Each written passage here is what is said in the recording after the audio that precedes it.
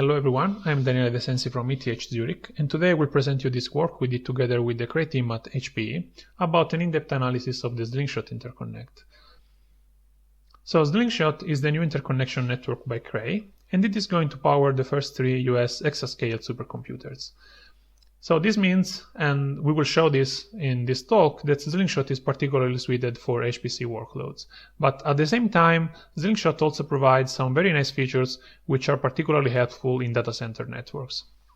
I will try in this talk to outline the main features of Slingshot and to provide an evaluation for each of these main features. So the first thing to know about Slingshot is that it is an Ethernet interconnection network. So this means that all the HPC traffic will be layered on top of RDMA over Converged Ethernet. And Slingshot provides a very efficient software stack, which will allow the HPC applications to efficiently use this Ethernet interconnection network. So Slingshot is based on high-radix switches, which can be interconnected into arbitrary topologies. The default topology of Slingshot is the Dragonfly, which is a low-diameter topology. And as we will see, this has many advantages in terms of latency and bandwidth. Slingshot also provides an efficient congestion control algorithm, which will allow co-running applications to do not interfere with each other. So it will provide some nice performance isolations, which is a desirable feature both for HPC and data center workloads. This is also possible thanks to the adaptive routing algorithm, which will route packets over the network, avoiding congested switches. And the last important feature of Slingshot is that it provides quality of service. So it's possible to assign jobs to different traffic classes with different requirements, and thus to provide performance isolation between different workloads. So I will go through all of these features. I will skip the adaptive routing due to time reasons, but you can find more details about that in the paper. Let's start discussing about Ethernet and about the software stack which Slingshot provides.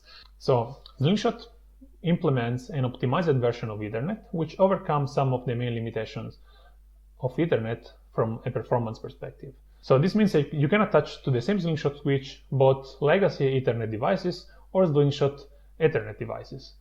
And of course, the Slingshot switch will negotiate with the endpoint which type of Ethernet shall they use, either the standard one or the enhanced one.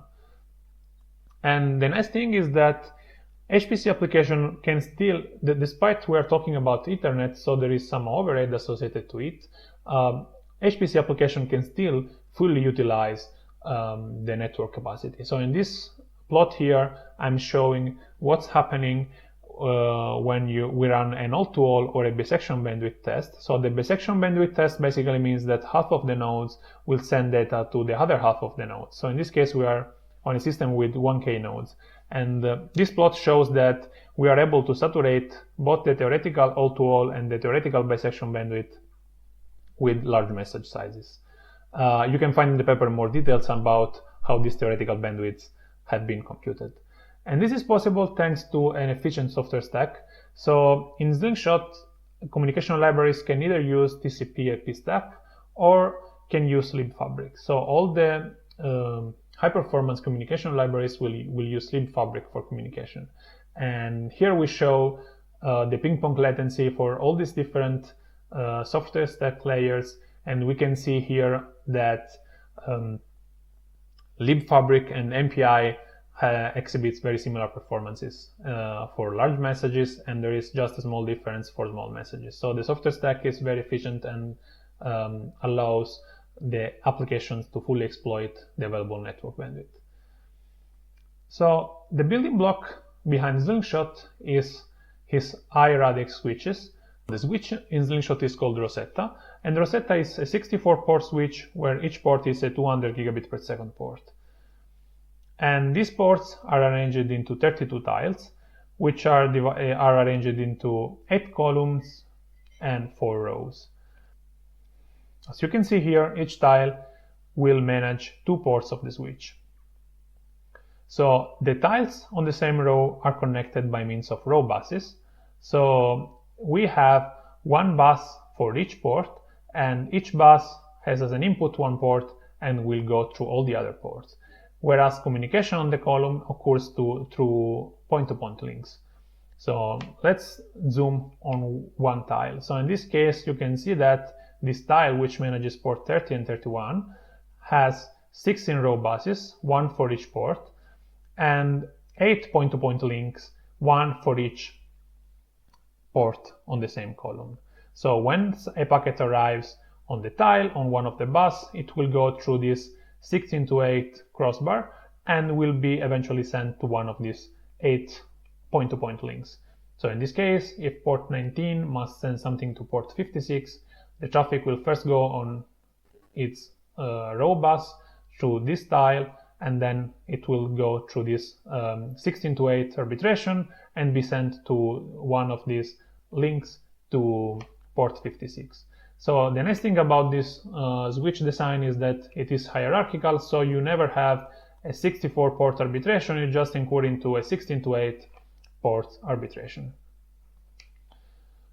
So let's discuss now about the Slingshot topology. As I was mentioning before, switches in Slingshot can be connected into arbitrary topologies. The default topology in Slingshot is Dragonfly. So Dragonfly is a hierarchical topology where you have, so in this case we have endpoints, which are the orange boxes, and switches, which are the blue boxes. So in Dragonfly, switches are arranged into groups. So you have a given number of switches which can be connected into an arbitrary topology forming a group, and you have groups which are fully connected between each other. So in the Slingshot implementation of Dragonfly, we also have full connectivity inside a single group. So this means that switches inside the group are fully connected and groups are fully connected between each other, which means that you can reach any endpoint from any other endpoint in at most 3 switch-to-switch hops. So let's suppose that this node here must communicate with this node here. It will just make one hop to reach the first switch, then another hop to reach the switch which is connected to the other group, and then the last hop to reach the switch which is connected to the endpoint. So with 3 hops, you can reach any part of the network. So the way in which this links, this is a switch which has 64 ports. The way in which these ports are divided between node connectivity, group connectivity, or intergroup connectivity depends on the specific system size. So in this picture here, I'm showing the largest system which can be built by using ROSETTA switches. And in this case, this is a system which contains up to around 280,000 nodes. So in this case, I'm showing here the distribution of the latency and the bandwidth. So the latency on the top and the bandwidth on the bottom. Please notice that all these plots have different scales, because in this way we can see better the differences. This violin here shows the data distribution, and the box inside shows several other metrics. The important thing to know is that this white dot here is the median. So here we show in blue the latency between 2 nodes attached to the same switch, in orange the latency between 2 nodes attached to 2 switches in the same group, and in green the latency between 2 nodes attached to 2 switches into different groups. So this is respectively the 1 hop, 2 hop, and 3 hop latency, and the same for the bandwidth. So as we can see here, we just have a 40% difference between the 1 hop and 3 hop latency. So let's now move in describing the congestion control algorithm. So the main issue with existing congestion control algorithms like ECN and QCN is that they are hard to tune and slow to converge. And there are different recent research papers that describe these issues and show that these congestion control algorithms are particularly suited for very long and stable network flows. But as soon as you have dynamic traffic and traffic which changes over time, or you have very short flows, these congestion control algorithms fails to converge quickly. So what Slingshot does is different, and in Slingshot each switch can track the traffic flowing between every pair of endpoints in the network. So each switch has the complete visibility of what's going on in the network, which means that switches can only slow down and throttle down the offending traffic. So the switch can understand which are the flows which are causing congestion and which are the flows which are victim of congestion, and can slow down only these flows, only the bad behaving flows. Clearly this will improve average and tail latency of applications. So let's now analyze how the congestion control algorithm behaves in a wide set of different scenarios. And to do so, we will run two concurrent jobs. One is the victim and one is the aggressor. So the victim will run an application while the aggressor will try to generate congestion and to degrade the performance of the victim. So regarding the victim, we will consider both HPC and data center workloads. For HPC, we will consider both MPI microbenchmarks like MPI collectives and also HPC applications like Milk, HPC lamps, and FFT. For data center workloads, we will consider a few benchmarks taken from the Tailbench benchmark. So Tailbench is a benchmark which is particularly dedicated to latency sensitive data center applications like search engines and database queries. And we also consider ResNet proxy, which is a proxy application from a deep neural network training, which reproduces the compute phases of such an application. And regarding the aggressor, we will consider incast aggressor. So incast generates what is called endpoint congestion. So in incast, we have n nodes sending data to one single node, and this means that the last hop switch will be saturated by congestion. And we also generate all-to-all congestion, which in this case spreads the congestion more evenly over the interconnection network. So the reason why we consider these two different types of congestion is that the all-to-all congestion or intermediate congestion can usually be avoided by using adaptive routing, whereas endpoint congestion cannot be avoided by just adaptive routing. So this means that despite the path your packet takes, eventually you will incur into this congestion, so you really need a congestion control algorithm. So let's now analyze the data about all these different experiments we made. So in this plot, we have on the x-axis all the different victims. So we have here the applications and here the microbenchmarks for different message sizes. And we have on the y-axis the aggressor.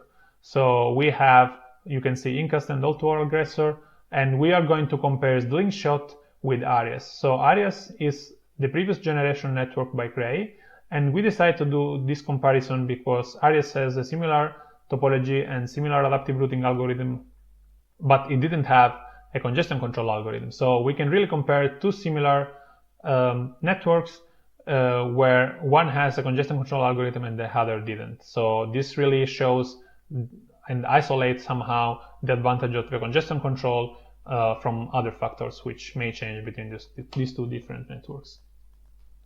So on the y-axis, as I was mentioning, we have the aggressor, and we can see also there are some percentages here. So this represents the percentage of the nodes which is allocated to the aggressor. So in this case, we are executing an all-to-all, and the all-to-all is just using 10% of the available nodes. So let's, for example, take this box here. So this box here is this number, which is 62. And this specific test means that we executed an 8-byte or reduce together with an incast aggressor or an Arias, and this incast aggressor used 90% of the nodes. So this or reduce was just executed on 10% of the available nodes. And this number here, 62, means that the application is running 62 times slower when executed together with the aggressor. So this means that if an 8-byte or reduce took 1 millisecond when executed alone, when you execute it with an incast congestor, it will take 62 milliseconds.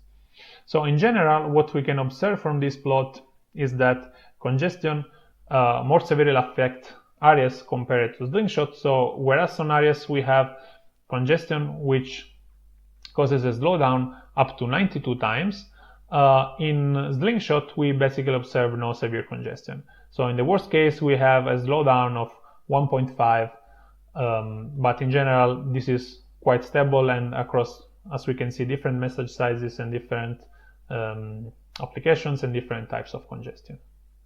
So this means clearly that the congestion control algorithm works pretty well and can isolate this aggressor from the actual application.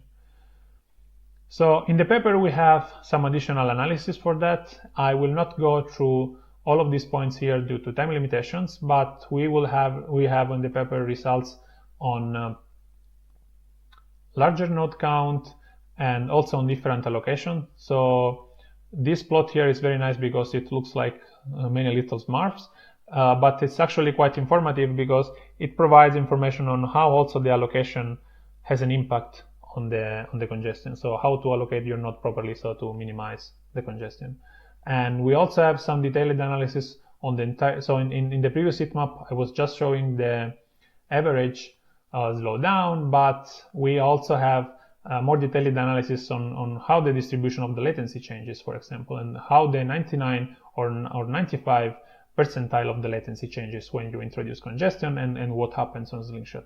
And we also have quite a detailed analysis on how the burstiness of congestion has an impact on the application performance. So what happens when you have bursty congestion rather than persistent congestion.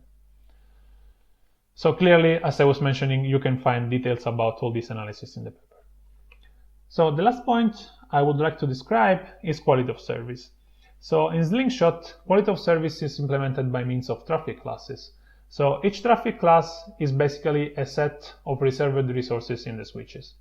So clearly, as you can imagine, you cannot have an infinite amount of traffic classes. You cannot have one traffic class for each job. So usually you will have that the traffic class is shared between multiple users and between multiple jobs, which means that traffic classes alone do not solve the congestion problem. So you still need to have an efficient congestion control algorithm. So traffic classes and congestion control are kind of orthogonal concepts. So in Slingshot, each traffic class can be tuned in terms of priority or minimum and maximum bandwidth requirements. So this means that you can have a few traffic classes, each of them with different characteristics.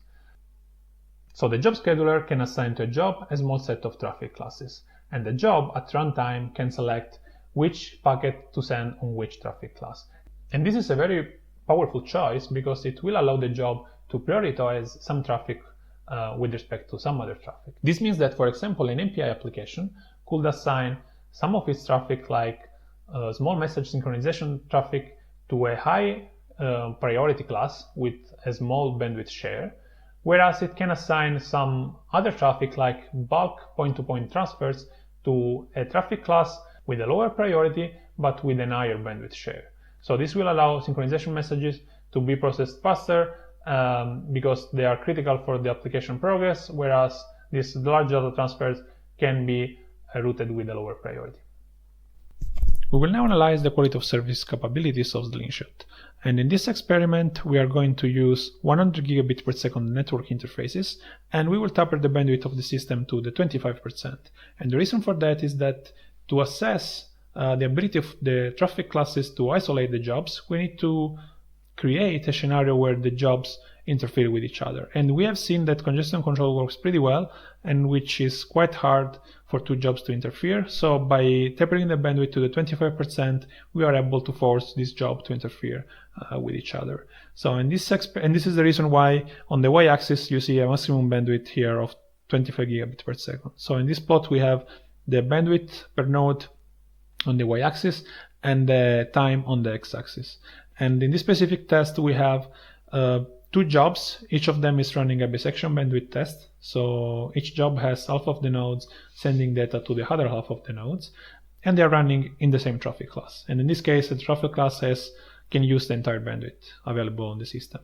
So when the job is alone, it can use the entire bandwidth, but when the second job starts, they will share the bandwidth equally. Eventually, when the first job finishes, the second job will use all the available bandwidth. So as you can see here, the bandwidth is evenly shared between these two jobs. But now what we do is to create two different traffic classes. So the first one is TC1 and will be used by the job 1, by the first job, and we assign to this traffic class 80%, a minimum bandwidth share of 80%. And then we have another traffic class which is TC2, which will be chosen by job 2, which has a 10% minimum bandwidth. So, and in this case, if we run the two jobs together, as we can see here, again, when the job is alone, it can use the entire bandwidth. But when the second job starts, the bandwidth of the first job drops to the 80%. So it will use the minimum bandwidth assigned to the traffic class.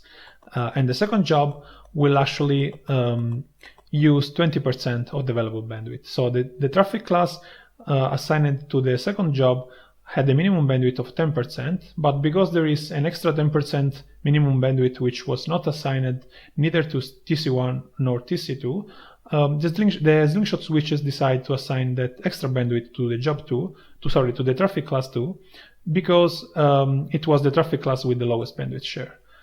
So these two jobs share the bandwidth 80% and 20%, and when the first job starts, the second job can use all the available bandwidth.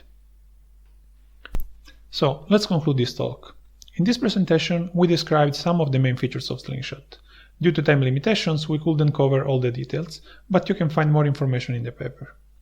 We then performed an in-depth analysis of some of its main features, showing that Slingshot is particularly suited for both HPC and data center workloads. Indeed, Slingshot congestion control and quality of service mechanisms can effectively isolate core-running jobs. You can find in the paper more details about our testing methodology as well as more detailed results. This concludes my talk, and I will take questions.